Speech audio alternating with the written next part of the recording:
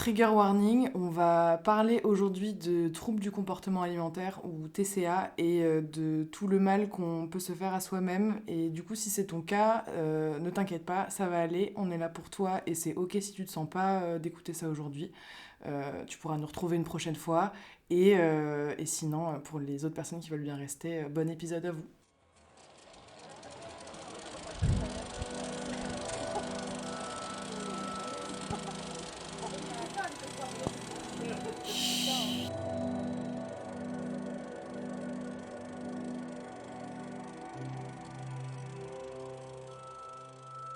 Bonjour et bienvenue chez Féministe cherche podcast cinéma.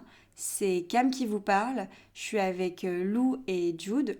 Et aujourd'hui, on voulait d'abord vous remercier pour tous les retours positifs qu'on a eus sur le dernier épisode. Ça nous a vraiment fait chaud au cœur. Et on voulait vous remercier d'être là avec nous et de nous soutenir. Et on espère que les prochains épisodes vont vous plaire autant que le premier. Oh oui. On est toujours dans le cycle sur la violence des femmes. Et pour ce deuxième épisode, on avait envie d'aborder la violence des femmes sous un autre jour, qui est la violence que les femmes peuvent se faire à elles-mêmes et entre elles via les troubles du comportement alimentaire et évidemment à cause du patriarcat, si je peux dire. Comme d'habitude. Voilà. Oui, et puis aussi c'est ça, genre une espèce de misogynie internalisée qui peut avoir lieu entre deux femmes ou en l'occurrence là deux adolescentes comme on va le voir aujourd'hui. Exactement. Et donc, on va aborder un film qui est sorti récemment en salle et qui s'appelle Toxic, d'une jeune réalisatrice lituanienne qui s'appelle Saulė Bliuvaitė. Oui. En vrai, j'en sais rien de comment ça se prononce, mais je pense que c'est à peu près comme ça. On a écouté on a cherché beaucoup dans des interviews d'elle où elle prononçait son prénom. On en a trouvé une et on vous la mettra en référence. Comme ça, vous pourrez voir si on se trompe pas trop. Hi everyone, it's Saula Bliuvaitė, the director of Toxic, film that depicts peculiarity and savageness of being 13 and also the usual joys and sorrows of the human existence. Avant d'aborder le film du jour, on voulait quand même aborder un peu les réflexions autour des troubles du comportement alimentaire. Et bah Cam, vas-y, fonce. Donc oui, qu'est-ce que sont que les troubles du comportement alimentaire ? C'est des troubles qu'on va connaître dans la société un peu actuelle comme étant l'anorexie, la boulimie et pour certains l'hyperphagie. C'est les trois principales formes qui sont connues, mais il y en a beaucoup d'autres. C'est 10% de la population française aujourd'hui qui souffre de troubles du comportement alimentaire. Et en fait, ces comportements, c'est des maladies psychologiques qui sont associées à des comportements qui vont permettre à la personne de ressentir un contrôle ou un besoin de reprendre un petit peu le dessus sur certaines émotions et certaines pensées via notamment la nourriture. Et c'est notamment aussi la conséquence de troubles dysmorphophobiques, donc de ne pas avoir la capacité à reconnaître son propre corps et de le voir d'une manière qui est complètement déformée de la réalité. Personnellement, moi, j'ai eu des TCA et on ne peut pas dire qu'on s'en remet complètement, c'est des choses qu'on garde toute sa vie. C'est des choses avec lesquelles on apprend à vivre et qui laissent des séquelles. Donc, si vous êtes concerné par des troubles du comportement alimentaire comme l'anorexie mentale ou la boulimie ou l'hyperphagie ou que vous sentez que votre rapport avec la nourriture et avec votre corps vous fait du mal plus qu'il ne vous fait du bien, je vous invite à en parler parce qu'il y en est tellement nombreux à avoir un rapport compliqué avec la nourriture et avec notre corps que parfois en parler, ça permet de ne pas se sentir seul. Il n'y a pas de honte à ça. En aucun cas, on est désespéré face à la situation. Il y a toujours un moyen de s'en sortir. Et ne pas hésiter à consulter un médecin qui vous accompagnera. C'est un trouble qui est de mieux en mieux diagnostiqué et sur lequel l'accompagnement se fait de mieux en mieux. Donc il ne faut pas hésiter non plus à essayer de chercher de l'aide ailleurs parce que c'est ok d'avoir besoin d'aide, c'est ok de ne pas réussir à s'en sortir tout seul et c'est ok d'admettre qu'on n'arrive pas à gérer quelque chose et que c'est de l'ordre psychologique et ça ne fait pas de nous une demi-personne ou quelqu'un de moins bien ou de moins apprécié. Donc voilà. Je suis hyper émue. Franchement, Bah, merci de partager ça avec nous, c'est super précieux. Bah non, mais merci à vous de nous donner l'occasion de mettre en lumière ces sujets-là et de se dire que voilà, on arrive à l'aborder et peut-être en tout cas j'espère que si des personnes concernées l'entendent, qu'elles se sentiront à même déjà d'être vues, d'être comprises et pas seules. Et je pense que ça, déjà, faire ça, c'est incroyable. Donc, merci à nous. Est-ce que tu sais si c'est un sujet qui a été souvent abordé au cinéma ou pas trop? Le dernier film en date que j'ai en tête, c'est To the Bone avec Lily Collins, qui est un film, alors je ne sais pas qui l'a réalisé, mais il est dispo sur Netflix de mémoire. C'est un film qui, en tout cas, est très graphique parce qu'on voit vraiment un personnage principal qui... Alors, elle est atteinte d'anorexie mentale, donc elle a vraiment tous les comportements typiques, même si je mets ça entre guillemets, de ce qu'on peut attendre de quelqu'un qui a de l'anorexie. Donc c'est quelqu'un qui se tue au sport, qui mange très peu, qui compte ses calories, qui se pèse constamment, qui se cache derrière des vêtements, qui souffre de chute de cheveux, de baisse de tension artérielle, de voilà, la peau qui marque, enfin... Tous les signaux extérieurs de l'anorexie sont très bien dépeints dans ce film. Les phases aussi de thérapie.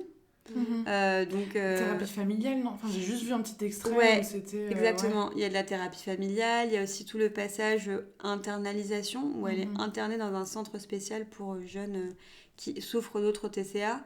Et donc elle se retrouve avec d'autres personnes qui souffrent soit de la même pathologie, soit d'une autre forme de TCA. Donc typiquement avoir quelqu'un de boulimique ou d'hyperphagique alors qu'on est anorexique, c'est pas forcément les mêmes...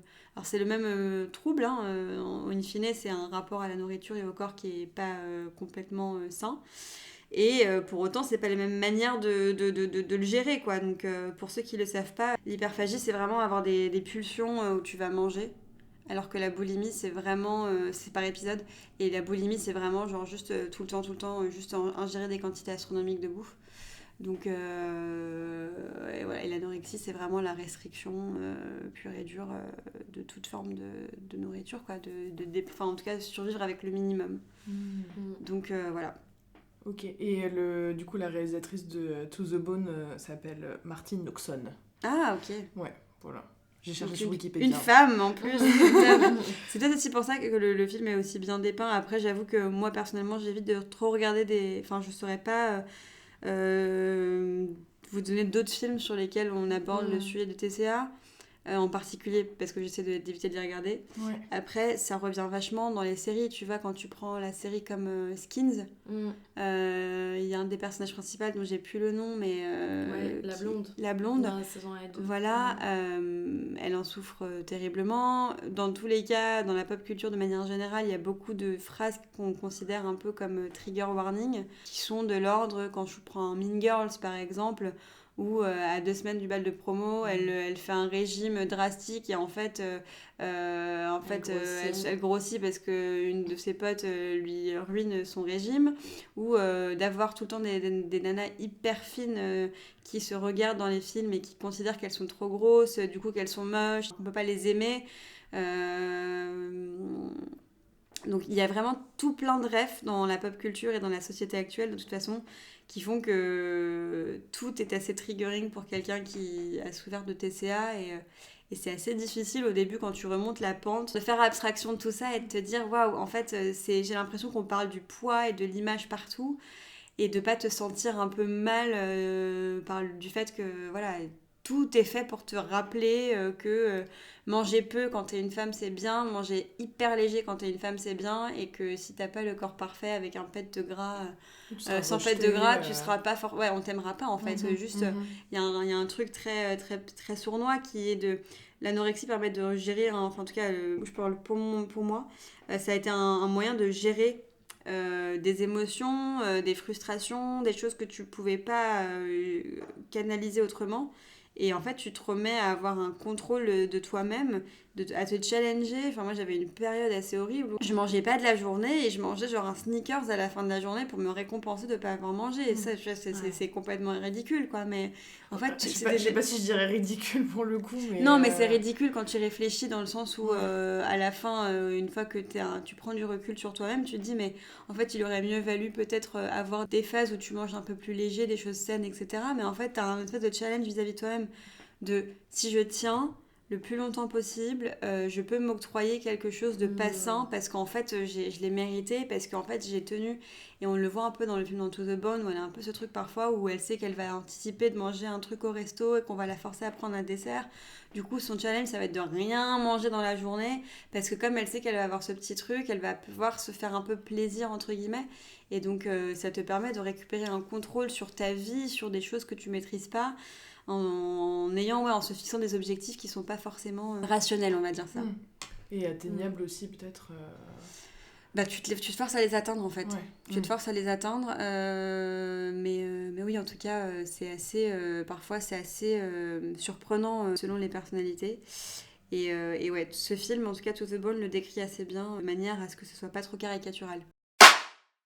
On voulait aborder les troubles du comportement alimentaire à travers le film Toxic de Saole Bliuvaite. Oh. Pas mal. Pas mal. Qui est donc une jeune réalisatrice lituanienne qui a étudié à l'Académie de musique et de théâtre en Lituanie, qui a déjà sorti 4 courts-métrages, mais dont c'est le premier long. Et il a notamment gagné le Léopard d'Or au Locarno Film Festival. Donc elle a pu faire un peu le tour de plusieurs festivals et c'est pour ça que son film sort en France parce que c'est quand même très rare de voir sur nos écrans des réalisatrices lituaniennes, quoi. Dans ses influences, parce que j'ai digué, il n'y a pas beaucoup d'articles là. Franchement, est pas connu. Oui, on t'a laissé le plaisir de chercher ça. Donc j'ai digué. Alors, elle parle dans ses influences de Tarkovsky, de Pasolini, de Yorgos Lanthimos et de manière générale de la nouvelle vague grecque. Okay. Qui est arrivée dans les années 90 et donc notamment des premiers films de Yorgos Lanthimos comme Kineta. Et sinon, elle parle beaucoup des photographes de mode qui l'ont beaucoup inspirée dans sa pratique, notamment Diane Arbus. Ça se sent, ça fait plus de sens. Ça fait sens, ouais. Et autre fait intéressant, elle a grandi dans la ville dans laquelle elle tourne le film. Oh, waouh! Ouais, qui s'appelle... Pardon, c'est hilarant. La ville s'appelle Kaunas. Je peux pas faire mieux. Ça s'écrit Kaunas, mais désolée, ça se dit Kaunas. Sachez qu'il y a un fou rire sur le plateau actuellement. T'es sûre qu'on allait en rigoler à un moment ou à un autre. Voilà, des remarques sur cette sur ce que vous venez d'entendre. Ouais, moi c'est sur ces références, c'est vrai que Tarkovsky c'est pas très étonnant aussi, je trouve, dans le côté on a une mood de Camilla. Je sais pas de qui on se parle. En gros, c'est un réalisateur soviétique. Ouais. Oh waouh. Ok. Oui, c'est à l'ancienne. Tarkovsky, c'est vraiment à l'ancienne. Et en fait, il est. Enfin, moi, je crois que j'ai vu de lui qu'un seul film qui s'appelle Stalker et qui est vraiment. Elle parle de Stalker. C'est une claque ce truc. Enfin, vraiment. Après, en fait, c'est le genre de film où tu dois accepter les images et où tu dois. Juste, t'es en mode, je me mets en pause et j'absorbe. Ouais, je donne tout ce que j'ai à ce film et je me laisse complètement envahir, quoi. Okay. Et juste, ça te transporte. Et où, pour le coup, dans Stalker, il y a une ville désolée, etc., des paysages industriels et tout, qui sont mis en parallèle avec une nature foisonnante, ce qui n'est pas le cas dans ce film-là. Oui, mais moi, je trouve que ça a un vrai sens, les décors dans ce film. Ah, bah, j'ai hâte d'en entendre parler. Ouais. mais oui. On n'est pas du tout d'accord sur le film. On n'est pas du tout. Enfin, je ne suis pas du tout d'accord avec le reste. Avec le reste de l'équipe. Je fais un résumé rapide du film, pour commencer. Du coup, ça se passe en Lituanie, donc dans la ville de Kaunas, comme l'a dit Lou. Moi, j'ai mis dans une ville désolée et ayant peu de perspectives.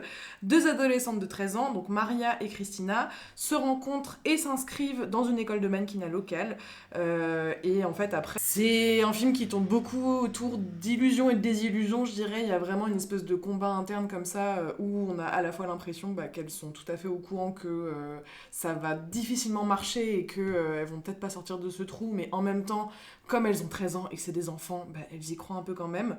Et avec évidemment toute la violence qui entoure leur vie, que ce soit familiale, sociale, ou aussi du coup dans cette école de mannequinat qui est terrible, comme on va le voir après. Et comme on l'a abordé aussi au début du podcast, tout le questionnement autour des TCA et de la violence qu'elles ont envers elles-mêmes et envers l'une l'autre aussi, je trouve, moi perso. Moi je trouve pas. Ouais, voilà. Ouais, je me suis dit qu'on allait aussi qu'il allait aussi avoir un débat là-dessus. Mais oui, coup, voilà. en tout cas ce que tu dis c'est juste, c'est vraiment genre, c'est aussi un film sur l'adolescence et la violence de l'adolescence et comment on entre dans l'âge adulte et comment ça peut être violent de rentrer dans l'âge adulte en fait. Oui, tout à fait. Et du coup, on peut commencer par l'esthétique peut-être. Ouais, complètement. Moi c'est vrai qu'en fait, académiquement, j'ai trouvé que c'était un film qui était hyper cohérent et que c'était un peu un film où c'était difficile de trouver le défaut qui fait qu'on ne l'aime pas. Mais on a du mal quand même. Mais c'est ça, moi j'ai quand même eu du mal et j'ai l'impression que Cam aussi En fait, j'ai trouvé qu'elle n'avait pas fait de faux pas sur l'esthétique parce qu'elle a jamais essayé de dépeindre quelque chose d'autre que la misère dans ce film. Il y avait des petits moments où elle essayait de dépeindre des moments d'amitié, c'était joli, les plans étaient beaux, mais il n'y avait jamais trop de bande-son derrière, c'était très, très pur en fait là, sa manière de filmer. Et donc oui, à la fois c'est pas beau, parce qu'elle montre une réalité qui est pas belle. Ah, je suis pas d'accord. Et à la fois, je trouve que... mais en fait, tu as trouvé ça objectivement beau, toi mais moi j'ai trouvé ça objectivement très beau. J'ai même écrit, mon premier truc, c'est très très prometteur. Ah ouais. J'ai trouvé ça formidable, mais c'était parlant. Oui, mais donc c'était quoi? C'était parce qu'elle avait travaillé la colorimétrie ou parce que les plans en eux-mêmes sont pas... Enfin, genre, ce qu'elle dépeint, c'est pas beau. Ah, mais moi je suis la pas d'accord. Ville, moi j'aime beaucoup. Tout est très sombre. Non. Mais déjà, moi j'aime beaucoup les esthétiques de villes post-industrielles, complètement abandonnées, etc. C'est quelque chose qui me parle beaucoup. Je trouve qu'en plus ça a un sens qui est très intéressant dans le film. Mais par exemple, il y a ce travelling où ils sont sur une voiture défoncée à côté d'une centrale électrique et où ils fument des pétards. Mais c'est trop beau au soleil couchant, mais moi j'ai adoré ce plan. Et de manière générale, tous les plans dans les maisons abandonnées, etc., j'ai trouvé ça super. Je trouve qu'elle fait beaucoup de plans fixes, j'aime beaucoup ça. Elle décorelle aussi souvent les paroles des images. Pareil, j'aime beaucoup ça, je trouve. C'est quelque chose qui me parle totalement cinématographiquement. Et elle travaille aussi caméra à l'épaule, et donc moi c'est des trucs que j'ai trouvé intéressants. Je dirais pas que c'est un film sans défaut, je suis d'accord sur le fait que c'est un film qui globalement reste quand même académique, mais elle a vraiment cherché quelque chose. Enfin, et je trouve que aussi sur les plans des filles entre elles ou même de ce qu'elle montre en termes d'esthétique, elle montre vraiment la beauté dans la singularité des choses. Et donc à quel point on peut, bon après ça dépend des goûts, mais à quel point on peut trouver la beauté dans une ville post-industrielle, mais aussi par exemple dans cette amitié un peu bancale qu'elles ont toutes les deux, ou dans les personnages qui sont un peu en dehors des normes et qu'on voit apparaître, par exemple ce mec là qu'elle date et qui a un œil qui est borgne, ou sa voisine qui est en situation de handicap et qui est très grande et un peu... Moi je pense qu'elle a une maladie. Oui, elle a une maladie, en tout cas elle est un peu difforme, elle a des problèmes, et je trouve que c'est hyper intéressant de voir comment elle a réussi à intégrer la beauté de ces corps qui sont différents et singuliers dans son film. Après, moi je trouve que esthétiquement c'est beau, mais que c'est un peu genre une beauté de magazine de design, quoi. Enfin, c'est que il y a... je pense c'était une esthétique léchée en mode c'est moche, mais je te le rends quand même beau, quoi. C'est ça. En fait, moi, il y avait un côté... Et c'est pour ça que je disais académique, parce que pour moi, il y a vraiment un aspect de... on rentre dans des codes... Moi aussi, j'ai trouvé ça très beau, parce que moi, le côté un peu brut comme ça, un peu... Enfin, c'est ça, Berlin. Tout cet imaginaire-là où on te dit... En fait, pour moi, dans ce film... L'Europe de l'Est. C'est ça, il y avait vraiment un côté où c'était en mode, ça, c'est cool, les gars, et vous allez trouver ça cool, quoi. C'est vrai. Ouais, et moi j'ai trouvé ça cool, hein. C'est vrai. Mais non, mais j'ai pas aimé malgré tout. Enfin, j'ai trouvé ça beau et tout, mais je me suis fait chier. Mais ça sert le propos. Moi je trouve que l'esthétique sert vraiment le propos. Ça sert le propos, mais moi je trouve que du coup ça sert le propos dans le sens où elle dépeint quelque chose qui est pas beau pour décrire une réalité qui est pas belle. Oui, et du coup c'est pas très profond. Mais oui, non, mais en fait, oui, non, mais voilà, c'est plan fixe. Alors oui, de temps en temps, t'as un joli travelling, mais tu vois, pour moi, quand je réfléchis à la plus belle scène, par exemple, mais c'est cette scène qui fait écho avec ces inspirations de magazines de mode, c'est quand on voit cette scène où il y a toutes les filles là, qui attendent adossées contre le mur. T'as la scène où elles sont en train de patienter aussi dans la salle d'attente le temps que les shootings se terminent. Et donc elles sont avec leurs robes de Barbie, chacune leur couleur, et avec l'espèce de capuchon transparent pour éviter qu'elles aient froid ou pour éviter d'abîmer la tenue. On sait pas trop pourquoi. On voit un pour peu éviter d'abîmer la tenue vu comment on les déshumanise. Ouais. C'est ça, la tenue de Locke, a priori, un peu réutilisée par l'agente maintes et maintes fois. Mais du coup, t'as un peu ce truc où t'as cette pièce qui est un peu sombre. Elles sont sur des vieilles chaises en plastique blanche avec des tenues qui sont pas du tout adaptées pour des enfants de 13-14 ans. Et en même temps, elles ont toutes des robes hyper fuchsia, hyper néon, machin. Après, t'as la scène effectivement du photoshoot qui est iconique avec cette gamine de 13 ans en train d'avoir des mous lascives et des positions un peu gênantes dans cette robe ultra moulante, ultra brillante et saturée. Mais ça, c'est des plans jolis parce que c'est des trucs qu'on retrouve dans les magazines de mode. Donc pour moi, elle dépeint une réalité problématique parce qu'elle la met en mouvement dans ses scènes. Mais autrement, à part ces petits moments de glamour qu'elles ont dans leur vie où vraiment l'esthétique elle sort un peu du truc, c'est pas beau. Enfin, je vois ce que tu veux dire, c'est pas, enfin, c'est beau, mais c'est pas beau. Mais moi je suis pas d'accord non plus avec ça. Enfin, je trouve que tous les plans que tu as décrits, c'est des plans qui sont particulièrement beaux dans le film. Et je rajouterais le plan des femmes dans le spa. Oui, où en fait il y a un plan fixe où on voit toutes ces femmes nues dans le spa avec tous les âges et une diversité de corps, etc. Ça fait toujours écho à la beauté dans la singularité. Mais ça c'est un plan qui est magnifique. Les filles qui sont alignées pour le casting, qui font penser au ver solitaire qui est dans le ventre, enfin qui était dans le ventre. Ah, waouh, j'ai pas vu que ça avait pensé au ver solitaire. Ah bah quand même. Moi j'ai tout de suite pensé au ver solitaire parce que du coup il y a une des jeunes filles, des deux adolescentes qui dans ces régimes trouve que c'est une bonne idée de s'injecter, d'avaler des œufs de ver solitaire et qui donc va se laisser pousser un ver solitaire dans son estomac et donc le dernier plan qui est un des derniers plans qui est toutes les filles qui font la queue pour un casting pour ensuite pouvoir partir au niveau international, eh bien elles sont en ligne et c'est un plan qui est filmé de haut et donc on les voit vraiment faire la queue et ça fait vraiment penser à un ver solitaire quoi. Oui, mais peut-être que maintenant que tu le dis, ouais, il y a un truc. Mais j'avais pas toi pareil hein. Ah oui non mais je vous avoue mais je pense que vous avez lâché le film. Moi j'ai complètement lâché. Pour le coup j'ai pas lâché mais en plus j'étais toute seule dans une séance de 18h30 dans un cinéma du 5e, j'étais ravie un dimanche soir alors qu'il faisait 25 degrés, enfin bref. mais pour le coup j'ai essayé de m'y tenir et tout mais j'étais juste en fait je les trouvais très linéaires en fait. Oui bah moi c'est ça. Elle a pas su jouer avec nos émotions. Sauf, pardon, c'est faux, une scène qui m'a dégoûtée et j'ai pas pu regarder. J'ai fermé mes yeux, j'ai bouché mes oreilles, le piercing. J'étais contente d'être seule dans la salle parce que j'ai pu hurler dans la salle en mode... Mais du coup, non, à part ça. Une des deux, Christina, se fait mettre un piercing sur la langue, mais c'est vraiment à l'arrache, quoi. C'est dans des chiottes. Public. Avec du matériel pas stérilisé par une fille qui fait ça vraiment à l'arrache, quoi. Une bouchère. À mes yeux. Vraiment. Et faut rappeler que les plus ou moins contre son gré en plus, parce qu'à la base, elle veut un piercing dans le nombril, et la fille lui dit « Ah ben non, t'as pris un piercing sur la langue, mais tu le veux ou pas ?» C'est très particulier. Hein. Oui, c'est très particulier. Et puis, il faut se rappeler qu'elle a 13 ans ou 14 ans.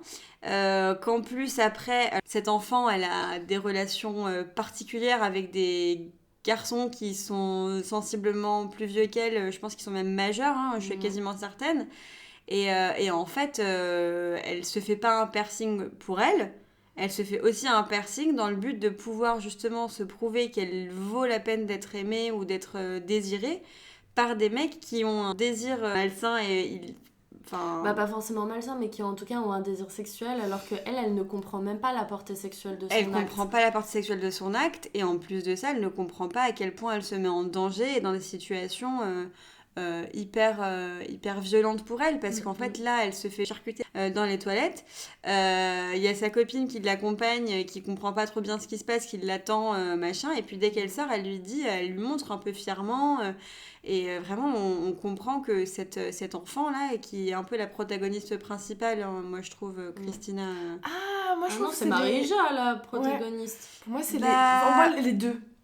Les deux, mais je trouve que, ouais, elle... Enfin, Christina, pour moi, c'est la protagoniste principale dans le sens où c'est elle qui se fait subir les TCA.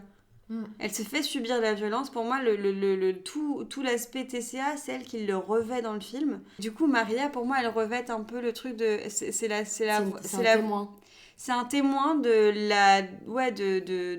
la violence que s'inflige sa pote, et surtout, elle a une maturité assez folle pour son âge, parce qu'en fait, elle réussit à ne pas se faire embrigader dans les trucs. Oui, mais pour moi, ça, c'est dû à autre chose. Ouais. Parce que, en fait, pour moi, l'intérêt de Maria, c'est qu'elle ne vient pas de cet endroit, et que donc, elle est transportée dans cet endroit où elle va rencontrer cette fille qui s'appelle Christina, et elles vont devenir très amies, et c'est à cette occasion-là qu'elle va se rendre compte de ce que Christina fait.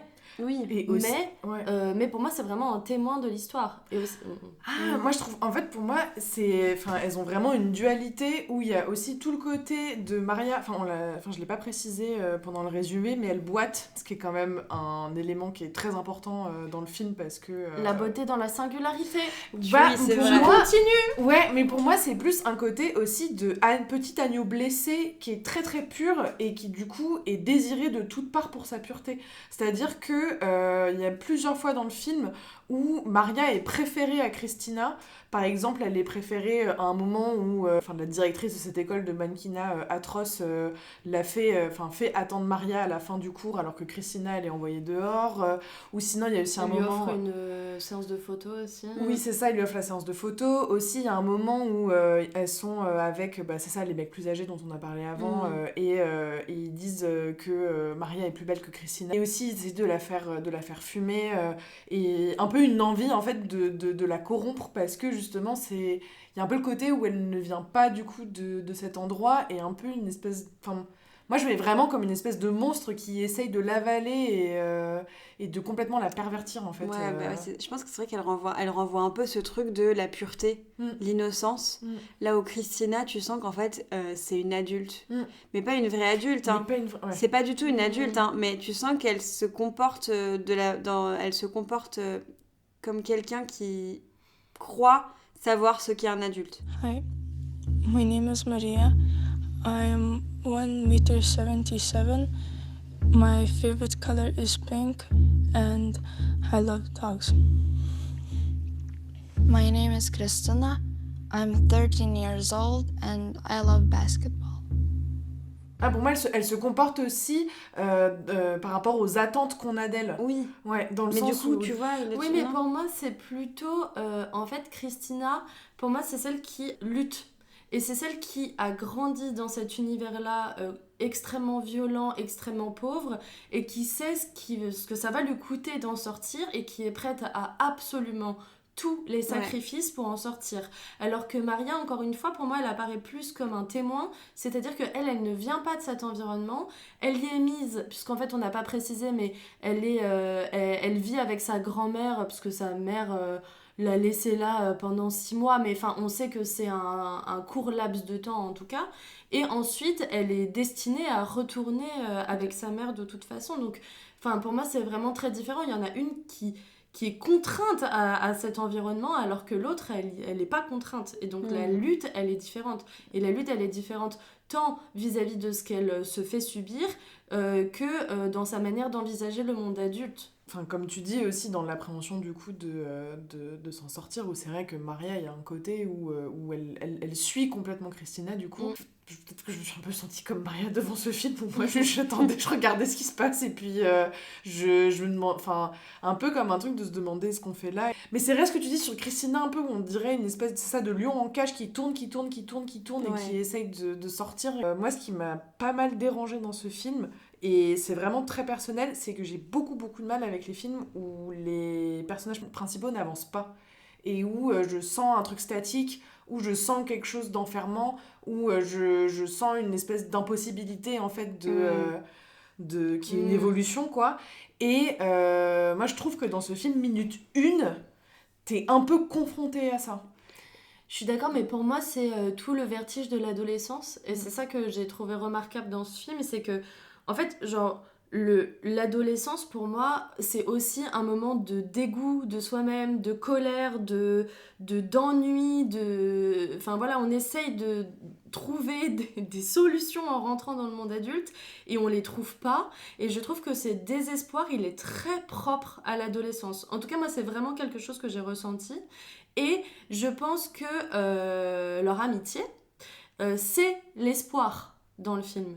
Mais je pense que c'est là où on n'est pas d'accord non plus. Ouais, C'est que pour moi, leur amitié et la sororité, c'est la seule chose, c'est le petit monde merveilleux qui existe encore et qui peut leur permettre de sortir de cette situation. Elles s'en sortiront si elles sont ensemble. Et pour moi, c'est vraiment ça, le film, quoi. Je pense que ça se tient pour Maria, mais ça se tient pas pour Christina. Pourquoi ? Parce que Christina, elle a une volonté... En fait, Christina, elle n'a pas d'autre choix que de sortir de la misère dans laquelle elle est. Maria, comme tu dis, elle est posée dans ce truc-là et ça a vocation à se terminer. Mais il y a un moment, même quand sa mère revient pour la chercher, elle a un peu cette réaction qu'on attend d'un adolescent à la fin des vacances scolaires. Quand on lui dit « Non, mais en fait, là, il faut revenir ». Elle veut pas, elle se rebelle et tout. Mais Christina, il y a même pas ça. C'est-à-dire que même ses parents... son père en l'occurrence, puisque son père est le seul parent qu'on voit dans le film qui s'occupe d'elle, même son père est prêt à tout pour la laisser partir, vivre son rêve, ou en tout cas mettre toutes les chances de son côté, au point de vendre sa voiture pour lui payer la séance de photographe. Sachant qu'il fait son travail, c'est d'être taxi. Ouais, voilà. Donc ça se tient à l'histoire de l'amitié, et je trouve que ça rejoint ce que disait Ju tout à l'heure, c'est que il y a un côté très innocent à Maria, et donc elle dépeint un peu ce côté de la transition vers la fin de l'âge un peu primaire. Tu bascules dans l'adolescence, donc tu as toujours un peu d'innocence, un peu de vertu, et en même temps tu commences à être confrontée aux premiers challenges de la vie, tes premières rébellions, etc. Et elle est avec cette pote, donc elle reste un peu ce côté un peu raisonnable, un peu ce côté... on va dire de test, et puis même elle valorise plus l'amitié, parce que c'est pour ça qu'après elle fait tout pour elle l'accompagne là alors qu'elle a pas envie voir ces mecs là, elle lui demande d'aller ramener une troisième copine qui est beaucoup plus jeune qu'elle. Maria s'exécute alors qu'elle envoie une petite plus jeune qu'elle dans la gueule du loup en sachant pertinemment ce qui peut se passer. En fait à un moment elles sont en train d'avoir un espèce d'apéro, on va dire ça comme ça. En fait, il est assez tard dans une zone industrielle avec 3 mecs bien plus âgés, dont l'un d'entre eux, on comprend qu'il est le copain de Christina, et 2 autres mecs non identifiés. Hein. Et en fait, Christina demande à Maria d'aller demander à la fille de la voisine, qui est un peu plus jeune que les 2 filles qui ont 13 ans ou 14 ans. Donc du coup, cette fille qui a peut-être 11-12 ans. On fait des calculs très rapidement, c'est ouais, glauque. C'est ça, c'est glauque. assez glauque.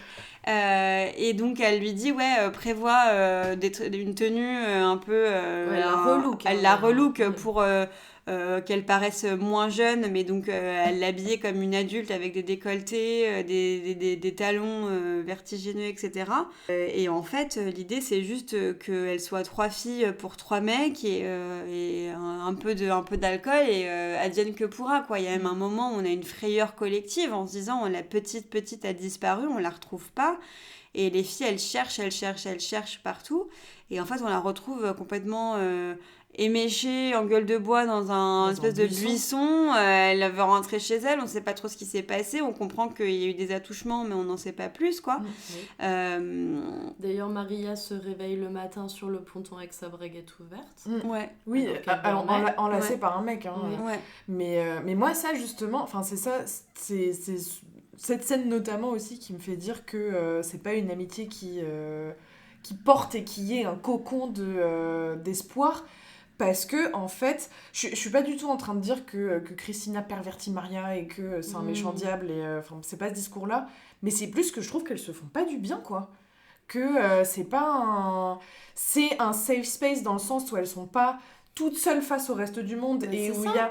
Ouais, mais le problème, c'est que juste, elles vivent dans des situations où elles ne se protègent pas. Ouais. Et où elle se tire vers le bas. C'est aussi propre à ce décalage c'est ce décalage de l'adolescence entre l'enfance et le monde adulte, c'est-à-dire que toutes deux vivent des expériences auxquelles elles n'ont jamais été confrontées. Et donc au moins elles sont deux. Enfin pour moi c'est un peu tout ce truc, c'est genre au moins elles sont deux et pas seules face au reste du monde. Et quand même on peut expliquer un peu la violence dans laquelle elles sont, c'est-à-dire que elles ont des expériences de type se droguer quand même. Elles ont 13 ans et elles prennent du crack avec des mecs de manière récréative dans des... Mais elles prennent du crack parce qu'en fait Christina a l'air d'avoir l'habitude de faire ça, et en fait elle fait elle partage son univers avec Maria qui elle découvre. Mais en fait, ce sentiment de sororité, il est hyper superficiel parce qu'en fait, Christina, elle a l'habitude de le faire, c'est juste qu'elle a personne pour la soutenir.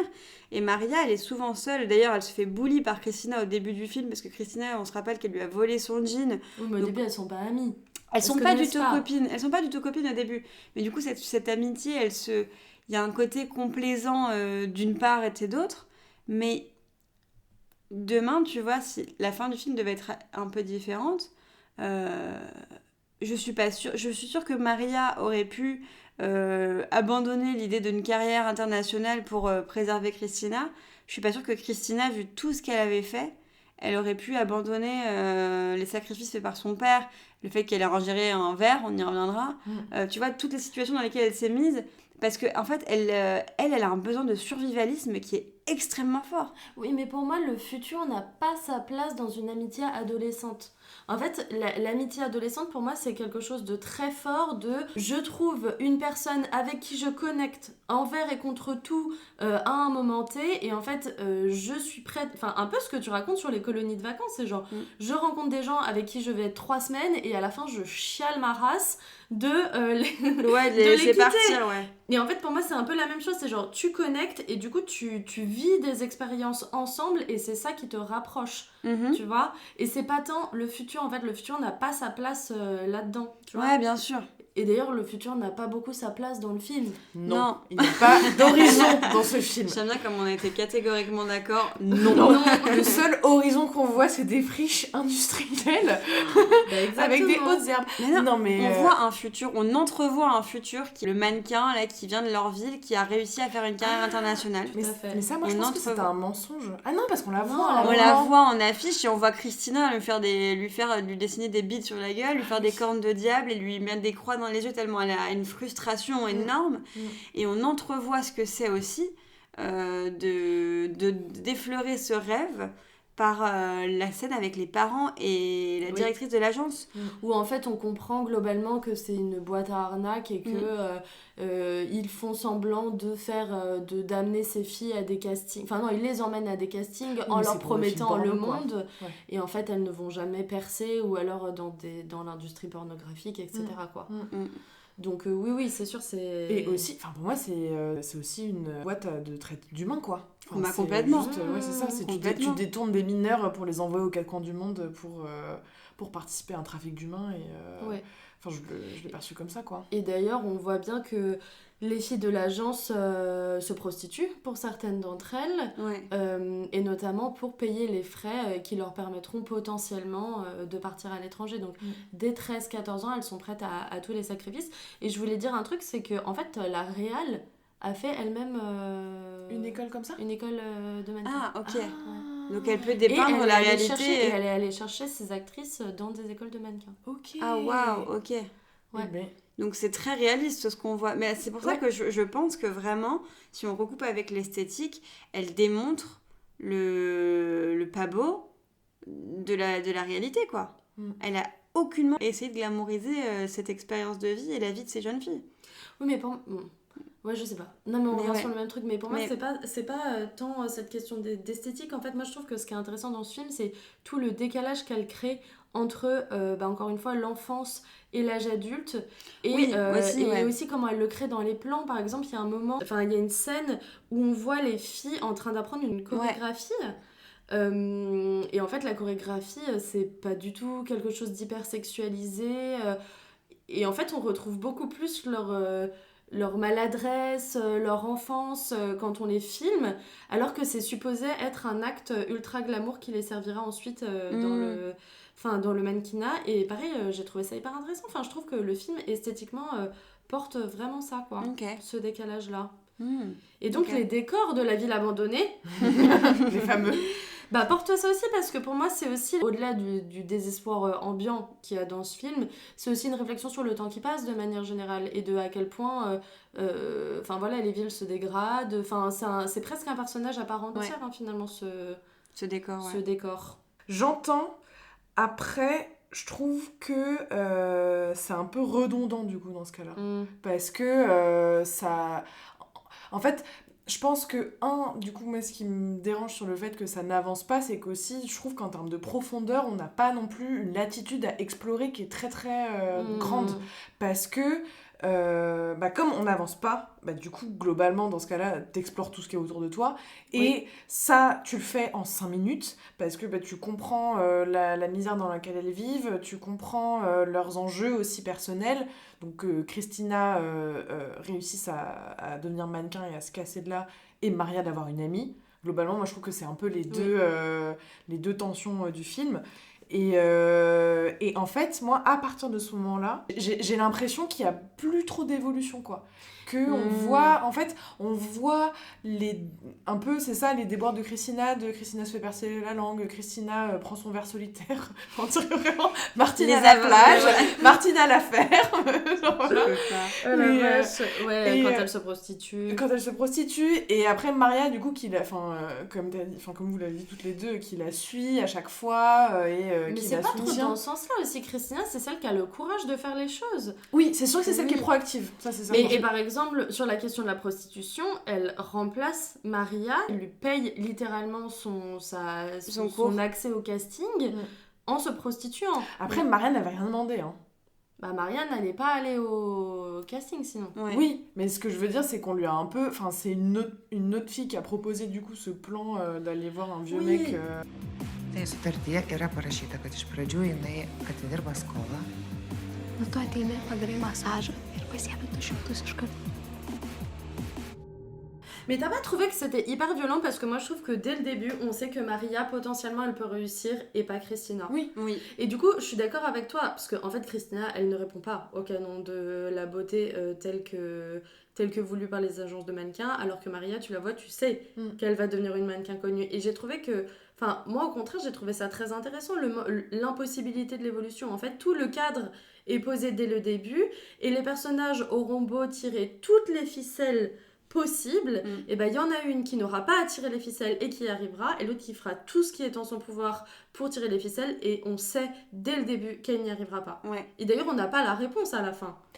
Non. Mais on sait qu'elle n'y arrivera pas. On sait qu'elle y arrivera pas, mais parce qu'il y a aussi ce truc de la fatalité de toutes les péripéties qu'elle s'est infligées pour réussir, et comme tu le disais si bien, en fait elle a fait tout ce qui était dans son pouvoir pour y arriver, et en fait à la fin ça l'a détruite. On sait pas si elle aurait pu ou non avoir un contrat, on s'en doute, on a une idée, mais en fait tout ce qu'on sait c'est qu'à la fin elle s'est détruit la santé, et donc d'ailleurs le plan se termine par elle qui joue au basket où elle lâche il y a le drift de la bagnole. Dans le parking là pendant hyper longtemps, j'ai pas compris. Alors en hors podcast, c'était une de nos grosses interrogations, enfin surtout une de Lou, parce que moi j'avais oublié ce plan. Autant vous dire que je pense que j'avais envie de sortir de la salle. Je te confirme, je me suis dit c'est encore long ou pas. Parce que moi me suis notée, parce que moi j'ai accroché avec le film, hein, vous l'aurez compris, et donc j'ai mis, alors par contre, pas de fin, je m'attendais clairement à voir le casting de l'agence.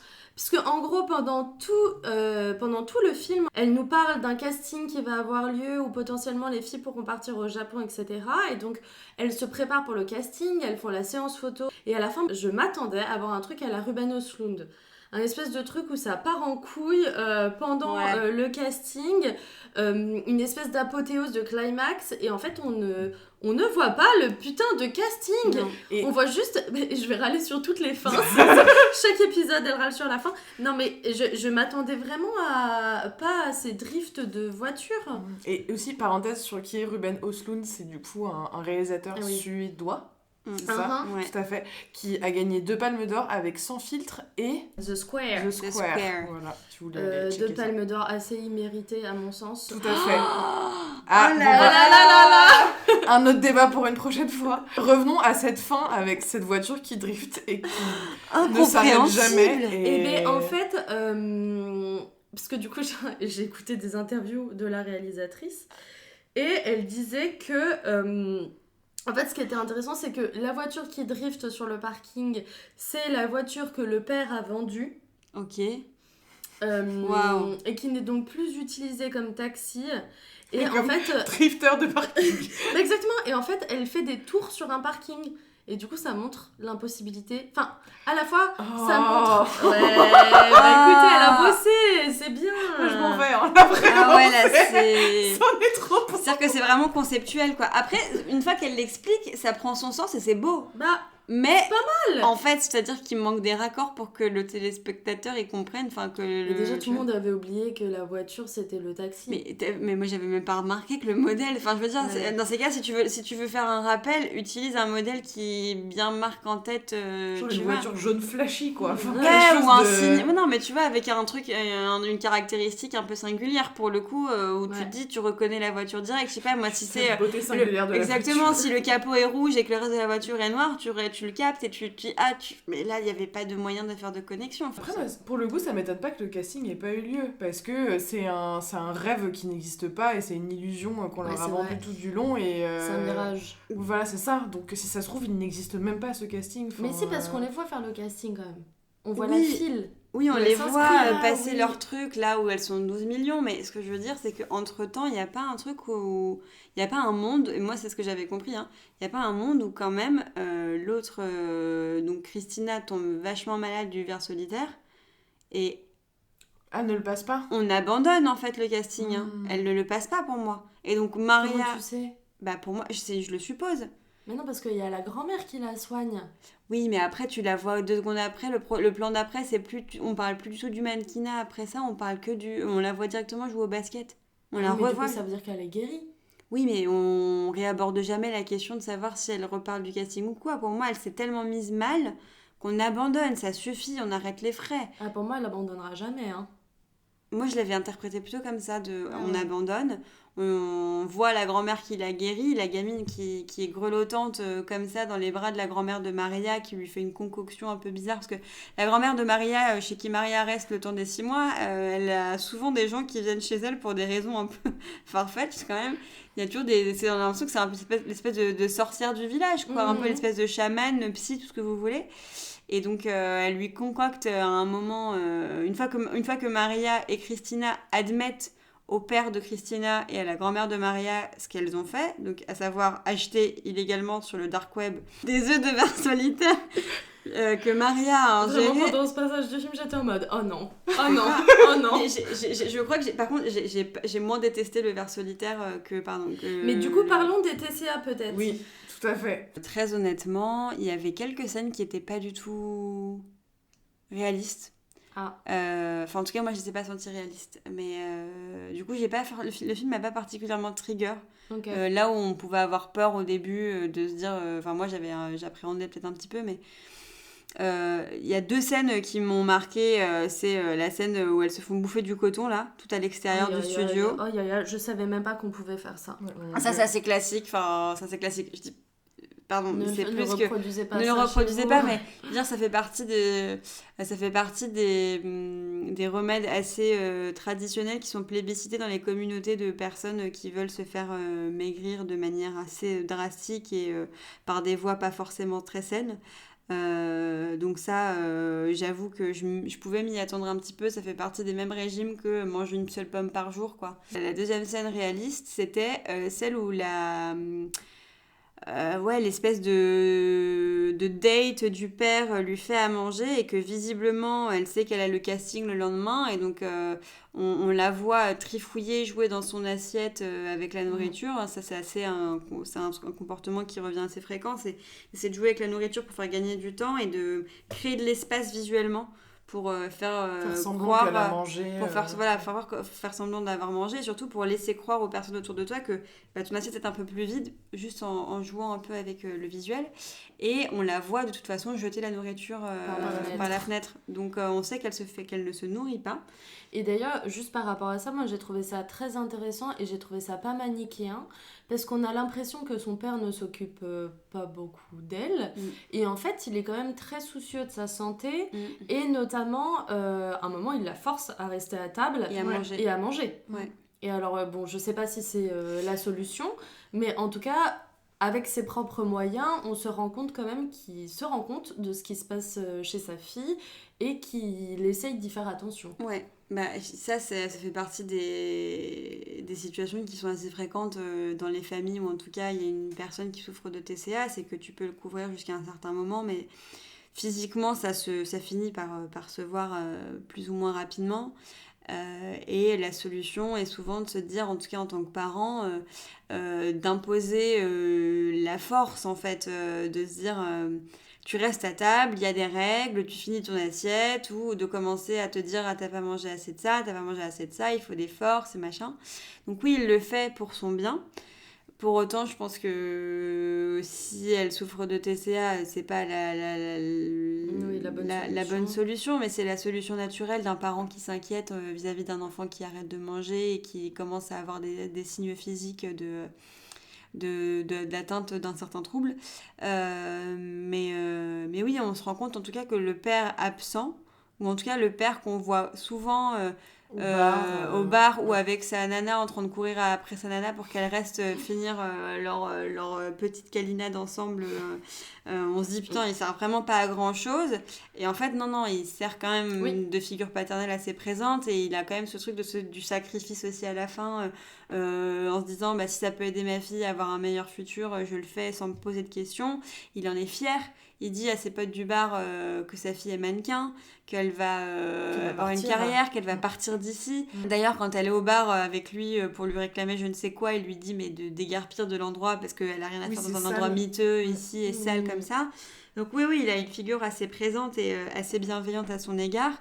Mais après voilà, moi sur toute la partie le ver solitaire, j'avoue que pour moi ça a marqué quelque chose. Après peut-être que c'est moi mon expérience qui fait que ça ne me parle pas, mais je me suis pas sentie très trigger par le film. J'ai trouvé qu'il y avait un truc très extrême qui était poussé, alors peut-être pour montrer à quel point il y a un désespoir et à quel point on est vraiment prêt à tout, ça je pense que oui. Je pense que c'est plus ça le propos principal et qu'on peut relier au TCA, c'est que tu tombes facilement aussi, et d'ailleurs il y a eu une période où c'était clairement, et là aujourd'hui c'est encore d'actualité, mais il y a une époque où Tumblr, je sais pas si ça parle encore à beaucoup de gens, le Tumblr. Moi j'ai pas. Ah bon? Tumblr, c'était une plateforme un peu à la Pinterest où tu pouvais te partager des images, des chansons, des trucs comme ça. Très années 2010 en mode les cool girls et tout. Exactement. Aïe, j'étais pas une cool girl. Moi non, je n'avais pas de compte Tumblr. Enfin, moi vraiment, t'inquiète. T'as eu une mouvance qui est née sur Tumblr qui était ce qu'on appelle les pro-Anna. Mais il y a ça à nouveau, non? Et ça revient sur TikTok avec les conseils. Alors pour ceux qui n'ont pas le terme en tête et qui n'ont pas la référence, mais les Pro-Anna, ça a été une communauté de filles qui se donnaient des conseils sur comment devenir le plus mince possible. Et donc en fait, c'était une communauté qui glamourisait l'anorexie. Donc on avait quand même des grosses figures de l'instabilité et des TCA qui étaient plébiscitées comme Kate Moss, et de sa phrase iconique qui était rien n'a aussi bon goût que la maigreur. Donc là, je l'ai traduit en français, Oh mais my en God. anglais, c'est Nothing tastes better as skinny feels, qui était quand même la phrase qu'on voyait placardée partout. Enfin, moi, je me souviens, j'avais un compte Tumblr, voilà, j'avais ça. Il y avait la mode du thigh gap à l'époque, qui était la Ah, ça, je me mode souviens. d'avoir l'écart entre les cuisses. Bref, c'est une communauté qui est a priori bienveillante parce que l'objectif est de s'aider à perdre du poids et en fait tu tombes très vite dans des dérives parce que c'est comment manger moins, comment faire plus de sport pour avoir tel résultat et puis en fait ça se transforme en communauté de personnes qui s'aident à naviguer ce trouble parce que c'est je suis trop contente, j'ai rien mangé depuis 6 heures, yes tu peux le faire. C'est ce qui se Et passe en dans fait- le film, hein, avec les filles de l'école de mannequinat. Exactement. C'est complètement ça, quoi. Exactement. Et du coup, même, on peut reparler de leurs autres régimes aberrants quand même. La Belle au bois dormant. Ouais. Le principe, c'est avaler des somnifères pour dormir le plus possible et donc quand tu dors, tu manges pas. Donc on a le ver solitaire, on a évidemment Maria qui se fait vomir Ouais. dans une scène absolument atroce quand même. Et du coup, moi j'ai trouvé que tout ça, ça confinait quand même au body horror. Enfin, et le ver solitaire aussi, j'ai vraiment trouvé une forme d'horreur dans ce film et j'ai trouvé ça aussi intéressant. Ouais. Comme En ça, fait, il y a un tiens. côté très caricatural, en fait. Il y a un côté très caricatural aussi. Et il y a un côté où, pour moi, elle démontre l'absurdité de ce qu'on peut trouver sur les réseaux sociaux aujourd'hui comme technique de minceur et à quel point c'est facile d'accès. Parce qu'on voit que des gamines de 13-14 ans, en 2-3 clics, trouvent des trucs un peu absurdes. En 2-3 clics, elles peuvent aussi mettre en exécution ces conseils non vérifiés qui existent et qui pullulent en ligne. Et ouais, le trait de caractère grossit au maximum, en tout cas pour le ver. Il est assez fou parce qu'après, le marié qui se fait vomir, c'est des choses assez récurrentes malheureusement. Après, j'ai trouvé que, tu vois, la scène, on les voit allongés. Où elle lui dit de sentir le verre, elle lui dit plan je le très défends, rapproché, machin, en plan d'écouter, hyper rapproché, ouais. C'est très joli. C'est très beau. Et en même Donc temps... en fait, le plan, c'est Christina qui sent son ver solitaire qui se développe. Hein, c'est répugnant. Et donc, qui commence à lui faire mal, parce qu'en fait, ça fait très mal au bout d'un moment de ce qu'on comprend dans le film. Et donc, son ver solitaire grandit. Et Maria est sur son ventre, elle a l'oreille sur son ventre, et en fait elle essaye d'entendre le ver solitaire à l'intérieur du ventre de Christina. Et c'est particulier, hein. C'est Ah, terrifiant, Mais c'est ouais. une très belle scène. Enfin, Oui. moi j'ai trouvé. Elle est belle, mais c'est terrifiant. Ouais. Et c'est... t'as pas envie d'être là, quoi. Non. Bah, c'est vrai que t'as quand même aussi un peu une espèce de parallèle avec la maternité qui est un peu chelou, quoi, je trouve. Tu sais, le côté Ah ouais, où j'avais pas pensé. Ah, moi, je l'ai vu tout. Je me suis dit, qu'est-ce que je fais de cette pensée, vraiment le ver solitaire, cet enfant qui grandit en toi. Globalement, le truc qui me marque de ce film, qui du coup reste un peu flou pour moi malgré tout, parce que c'est vrai que j'ai pas trop réussi à m'accrocher, c'est un truc qui bouffe, quoi. Genre vraiment quelque chose qui les mange pendant tout le film, et où t'as peut-être aussi le ver solitaire qui participe à cette image, mais juste... Bah ça, comme on disait, il y a tellement une omniprésence de la violence partout, que ce soit dans leur vie familiale avec le père de Christina qui est certes un peu présent, mais on n'est pas non plus sur une figure paternelle extraordinaire, quoi. Côté Maria, sa mère, qu'on ne voit même pas à l'écran d'ailleurs, genre c'est juste une présence derrière une porte à un moment quand elle essaye d'aller la récupérer. Ouais, c'est vrai qu'on la voit jamais là. On la voit pas. Non. On l'entend un peu, mais on la voit pas. Il y a la violence, c'est ça, de l'école qui fait tout pour les déshumaniser et les monter les unes contre les autres. L'agence contribue en fait à reproduire le schéma de ce que devrait être le corps parfait d'une femme en fait. Elle les pousse, on voit cette scène où elle prend leur mensuration comme si c'était des poupées. Oui, c'est où ouais, elle le dit maître. alors là c'est bien, là c'est un peu machin. Il y a un moment où on a le photographe ou quelqu'un qui semble être un autre directeur de casting, on sait pas trop quel est son rôle. Le photographe, où il est avec elle et en fait il parle vraiment de certaines filles en disant oui tu penses qu'elle peut perdre 2 cm de cuisse, de tour de cuisse. Il les Oui, je sexualise pense, aussi. Il les sexualise de fou. Il y a vraiment un truc où c'est vraiment... on voit tous les travers de cette industrie qui est depuis longtemps de toute façon mise en lumière pour tous ses défauts. Et on voit à quel point elle, la directrice de l'agence, ne les voit que comme un gros chèque qu'elle peut encaisser. C'est-à-dire que dès qu'elle peut tirer profit d'une séance photo, de machin et tout, elle tire profit du truc et elle contribue à créer des complexes chez ces jeunes filles parce que si t'es pas sélectionnée pour rester à la fin de la séance, tu vas, comme tu le disais tout à l'heure, Jude, être à l'extérieur. Et qu'est-ce que tu fais quand t'es à l'extérieur ? Tu bouffes du coton pour espérer à la prochaine séance faire partie de celles qui restent en fin de cours ou en tout cas être définie comme étant la préférée de la directrice en termes de chances de succès, quoi. Mais c'est vrai, moi, ça m'a limite fait penser aussi à toutes les normes, en fait, que les industries agroalimentaires imposent aux animaux pour le fait qu'ils puissent être consommés, quoi. C'est ça, cette norme, le fait de tout en les mesurer, de faire en sorte qu'elles fassent toutes... Globalement, c'est qu'elles fassent toutes le même poids, toute la même taille et toute la même morphologie et qu'elles aient toutes la même démarche et un truc vraiment... et où c'est ça, c'est hyper perturbant parce que globalement... On les voit beaucoup, c'est ça où il y a un maître qui est tout le temps dans la main du coup de la directrice et où je sais que moi c'était vraiment un objet symbolique hyper fort je trouvais dans le film dès qu'on rentre dans cet endroit on voit ce truc quoi. Enfin, c'est vrai. Il est tout le temps présent. Cette salle qui est toute grise avec des miroirs sauf ce maître en fait. Ouais, c'est ça. Ouais. Mais du coup c'est vraiment la représentation, enfin moi je trouvais ça intéressant parce que bon du coup c'est un peu gros mais c'est bien, de la normalisation d'un certain type de corps féminin, d'un certain type de beauté qui est demandée et donc d'une violence patriarcale qui n'est jamais remise en cause et qui est totalement validée à 100% sur des femmes des jeunes filles de 13-14 ans. Oh yeah. On passe aux recommandations. Cam, tu veux commencer ? Ouais, moi j'avais la chanson de Britney Spears, du coup I'm Not a Girl, Not Yet a Woman. Je trouve que c'est un peu une chanson iconique qui a bercé mon enfance et là, je sais pas, le podcast du jour, l'épisode m'inspire vachement cette chanson.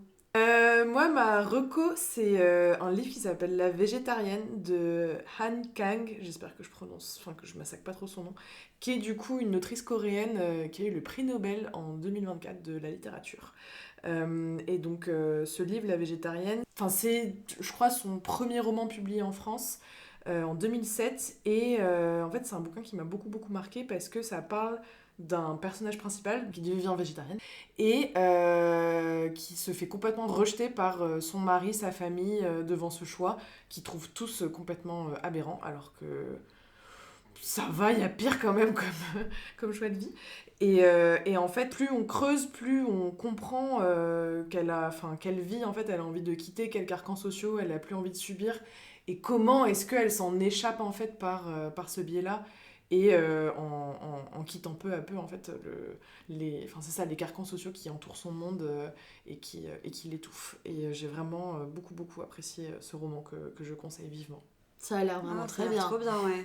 Mieux que ta reco de la semaine dernière. Oh, la balle perdue qui va partir tout de suite. Sortir un jour. Ah, j'ai regardé le court-métrage. Bah, c'est Mimi. J'ai trouvé ça naze. On n'est jamais d'accord avec vous. En fait, vous allez comprendre. Globalement, le fil conducteur de ce podcast, ça va être ça. Les débats entre Lou et Jude. Mais j'ai trouvé ça un peu niais. Mais moi j'aime. Alors, c'est ça qui est feel good un peu des fois de temps en temps, non ? Alors moi j'aime beaucoup. Alors il y a des fois. T'as vu, moi j'aime le désespoir. Il y a des fois où moi le niais ça me fait chier et où il y a des fois par contre où. Non mais les filles, vous êtes tombées dans le panneau de Promising Young Woman la dernière fois avec l'histoire d'amour en mode le niais machin et tout et là vous me dites c'est trop niais.